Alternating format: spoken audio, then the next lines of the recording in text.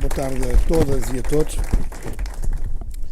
Eu queria começar por vos agradecer a vossa presença, mas queria agradecer especialmente o trabalho de todos aqueles que trouxeram esta campanha até hoje e até aqui. Vários bloquistas, várias pessoas que não são do Bloco, mas todos eles foram, em conjunto comigo e com a Ana Drago, foram dia após dia construindo um caminho que chega aqui e que começa hoje verdadeiramente.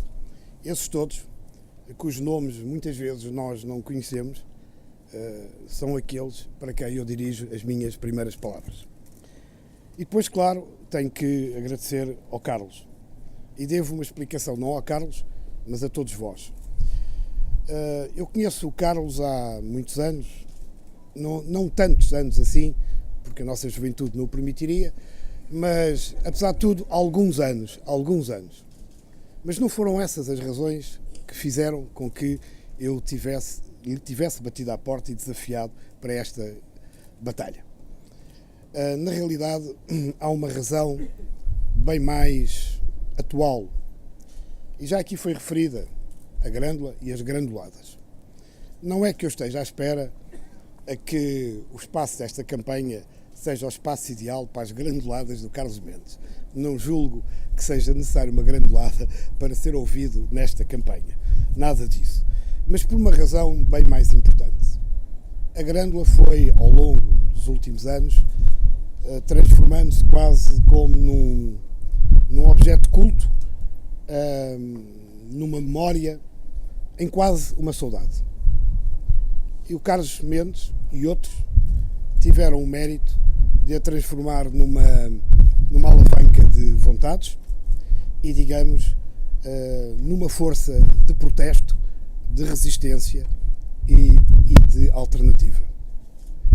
Eu julguei, e julgo que bem, e acho que estaremos todos de acordo, que esta alavanca de vontades e esta força de resistência, de alternativa e de liberdade a que o Carlos Mendes deu tanta atualidade, tinham no espaço do Bloco de Esquerda e desta campanha o seu espaço privilegiado, e daí o convite para o Carlos Mendes, que agradeço muito. Eu queria pedir-vos desculpa, mas não serei tão breve como foi o Carlos e a Ana. A única alternativa que vos resta, para além de se irem embora, claro, é que o vento leve as folhas de papel. Mas eu demorarei muito mais de improviso do que se ler aquilo que escrevi. E, portanto, aí vamos.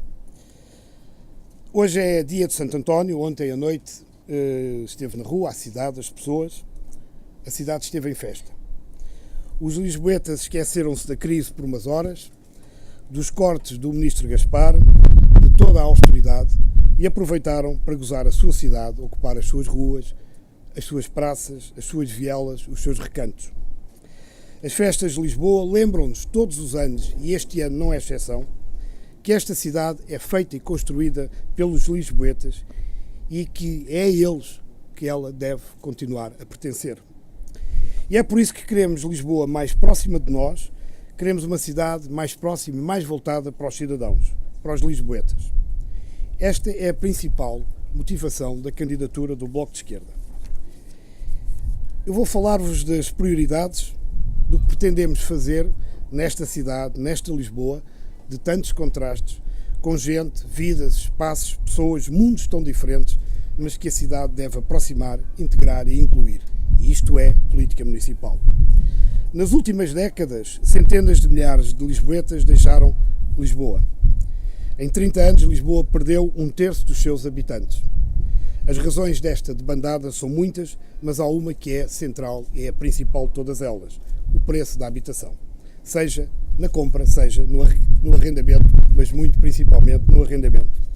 O mercado da habitação em Lisboa é há demasiado tempo marcado pela especulação, que tem persistido em expulsar da cidade os jovens e as famílias de menores recursos, construindo uma cidade cada vez mais vazia, triste e envelhecida.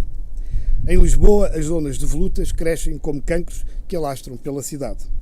A ausência de uma política de reabilitação e de sucessivos executivos e a persistente aposta na construção nova criou uma cidade que combina zonas mortas de prédios degradados com imóveis habitáveis em bairros fantasmas. Olhamos para Lisboa e vemos tanta casa sem gente e tanta gente sem casa. Esta política, que se arrasta há demasiado tempo e se manteve nos últimos 6 anos, assentou em 2 erros fundamentais. A aposta no mercado de venda em detrimento do mercado de arrendamento e a aposta na construção nova em detrimento da reabilitação. Corrigir estes 2 erros é uma prioridade para o Bloco de Esquerda. A habitação está, por isso, no centro de todas as políticas urbanas e será também o centro do nosso programa, por esta razão, mas também por outras 2. Em primeiro lugar, este é o principal fracasso da política de António Costa. A grande aposta de António Costa foi a criação de um fundo imobiliário que visava entregar os melhores terrenos da cidade aos privados. Esse fundo é hoje um flop, confirmado e certificado. Mas mesmo que não o tivesse sido, mesmo que não fosse um flop, nunca deixou de ser a aposta errada. A doutrina deste Executivo, a doutrina do Executivo de António Costa, foi sempre a de que a reabilitação é uma responsabilidade dos privados. A escolha de António Costa foi confiar a reabilitação urbana àqueles que nunca fizeram essa escolha, sempre a contrariaram e nunca e jamais a vão desejar. É por isso que o Executivo de António Costa surge ao fim de 6 anos, e lembro 4 deles com maioria absoluta, a poucos meses das eleições, com programas de reabilitação urbana tirados da cartola. Não tendo nada para apresentar como política de estímulo à reabilitação urbana, o Executivo de António Costa, que governa Lisboa, lembro mais uma vez, há 6 anos, promete que vai continuar a prometer. Em segundo lugar, porque a Lei das Rendas aprovada pelo PSD e pelo CDS é uma bomba relógio que ameaça os lisboetas. Dentro de poucos meses, se a lei não for travada, e nós no Bloco continuaremos a fazer tudo para que isso venha a ser possível, travar esta lei, milhares de lisboetas poderão enfrentar ordens de despejo, incluindo entre eles muitos e muitos comerciantes. Os responsáveis por essa lei escandalosa estão identificados. São aqueles que gostavam de ver Fernando Seara na Câmara de Lisboa, portanto o PSD e o CDS. Uma política para a habitação que corrija estes erros tem de ter como eixos centrais a criação de um fundo municipal para a reabilitação, a criação de uma bolsa de arrendamento e um programa municipal de habitação. São estas as propostas principais do Bloco de Esquerda. Só assim será possível intervir no mercado de habitação, pressionando a baixa de preços, promovendo a opção pelo arrendamento e garantindo uma habitação digna a todos os cidadãos, sobretudo àqueles de mais fracos recursos. O problema da habitação é ainda central porque faz parte e agrava a crise social que alastra e ataca alguns setores da população, sobretudo os mais vulneráveis. Muitos lisboetas vivem hoje uma situação de privação extrema, marcada pela fome e sem acesso a bens essenciais como a água, a eletricidade ou o transporte.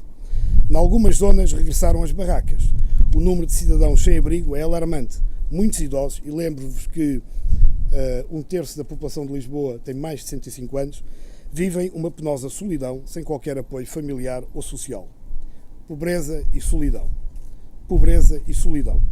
A Câmara não pode ficar indiferente. Propomos com caráter urgente um programa de emergência social que ataque as situações mais graves, entre as quais, sem dúvida alguma, a dos sem-abrigo, e a formação municipal de uma rede solidária contra a solidão, o isolamento e a exclusão. O terceiro grande eixo desta candidatura será a política de mobilidade, circulação e transporte público. A opção estratégica que fazemos é a aposta em transportes de qualidade, em alternativa à degradação galopante a que temos vindo a assistir. Os transportes públicos continuam a ficar mais caros, a reduzir as carreiras e a sua frequência e a aumentar as tarifas. Sem surpresa, o resultado desta política foi o decréscimo na utilização dos transportes públicos, quando o contexto de crise aconselharia exatamente o contrário. A gestão do serviço de transportes públicos numa lógica de lucro é, por isso, desastrosa para a cidade. É desse ponto de vista que a estratégia que defendemos é a da fusão entre a Carris e o Metro numa empresa pública, propriedade partilhada do município e da administração central, política que recusa, obviamente e determinadamente, em absoluto, a privatização da Carris e do Metro. Privatização sobre a qual António Costa alimenta todos os tipos de equívocos. Essa empresa tem de ser gerida como um instrumento para a política integrada de mobilidade no interesse da cidade e não de acordo com uma lógica de lucro. Esta política integrada de mobilidade exige uma redução das tarifas num valor mínimo de 25% e a introdução de um passe intermodal e um bilhete único para todos os transportes da cidade. Além disso, devem ser reintroduzidos os passes para estudantes e idosos, bem como as carreiras que foram eliminadas. A política que apostou em ter o máximo de carros a circular o mais depressa possível dentro da cidade justificou investimentos avultadíssimos para mudar os engarrafamentos de um cruzamento para os outros. Magro resultado. A mobilidade dos lisboetas não ganhou nada, o ambiente e a segurança ainda menos. A solução está em olhar para a mobilidade ao contrário. Os lisboetas deslocam-se dentro da cidade de muitas formas, como sabemos, mas todos, durante mais dias, durante mais ou menos tempo, todos somos peões. Uma vez, duas vezes, 1 hora, 2 horas. Seja o que for, todos somos peões. Seja qual for o modo de transporte que utilizamos. É, portanto, por aqui que tem de começar qualquer política de mobilidade. Pelas pessoas, pelos peões. Lisboa é uma cidade hostil para os peões, sobretudo para as crianças, os idosos e os cidadãos com mobilidade reduzida. O número de atropelamentos em Lisboa é assustador e por isso mesmo proporemos um conjunto de medidas integradas que reforcem a segurança rodoviária e a circulação pedonal em Lisboa. E para aqueles que julgassem que eu me tinha esquecido das bicicletas, promoveremos também o uso de bicicleta na cidade. Estas prioridades, como é evidente, não esgotam o projeto do Bloco. Como os problemas que abordei não esgotam os problemas da cidade. Deles falaremos noutra oportunidade. Do Rio, do Porto, dos contentores, da cidade universitária, da eficiência energética, dos jardins, do Parque Mayer, da Feira Popular, dos centros de saúde instalados em edifícios antigos, da noite lisboeta, da cidade vitrine para turista ver, do comércio, da política fiscal, das novas freguesias, dos serviços de proximidade e da vida comunitária que os bairros perderam, querem recuperar e renovar. Falaremos disso noutra oportunidade. Ao longo destes dias, muitos me perguntaram e como é que vai ser com a direita e à direita. Para já, de facto, a direita não tem uma candidatura nestas eleições. A direita vasculhou e o melhor que conseguiu desencantar foi um candidato ilegal, escolhido, apresentado e patrocinado por esse gigante da competência, da isenção e da transparência que dá pelo nome de Miguel Relvas. É certo que o governo acabará por ter o seu candidato. Mais tarde ou mais cedo, o PSD e o CDS serão obrigados a desistir deste candidato fora da lei. Fernando Seara chegará mais depressa à prometida de Bruxelas que ao município de Lisboa. PSD e CDS ainda vão ter, como estamos a ver, muito que vasculhar. Os lisboetas podem olhar para estas eleições com a confiança de quem pode ser exigente nas suas escolhas. Um dos primeiros cartazes da história do Bloco dizia: é tempo de ser exigente. Julgo que muitos recordarão. Nunca foi tão verdade como hoje. É tempo de ser exigente. Conhecer as propostas, conhecer as escolhas, escolher livremente é a força da democracia. A nossa campanha será feita em torno das nossas propostas. O nosso compromisso com os lisboetas é o nosso programa e é esse o nosso contributo para o futuro das políticas da cidade. Essas políticas ganham com a pluralidade das propostas à esquerda. É indispensável que haja mais esquerda no Executivo, porque há soluções que nenhum outro partido que não o Bloco de Esquerda apresentará. A maioria absoluta não fez bem ao Executivo de António Costa. António Costa e o seu Executivo ganharam tiques de autossuficiência. Não falo apenas pela oposição, falo pela cidade e pelos cidadãos. Os movimentos de cidadãos apagaram-se, ignorados ou esvaziados por quem os promoveu. É necessário, de novo, dar voz aos cidadãos. Não diremos que tudo foi mau, porque isso não é verdade. Mas no que é difícil, no que custa, no que conta e no que faz a mudança numa cidade, António Costa falhou.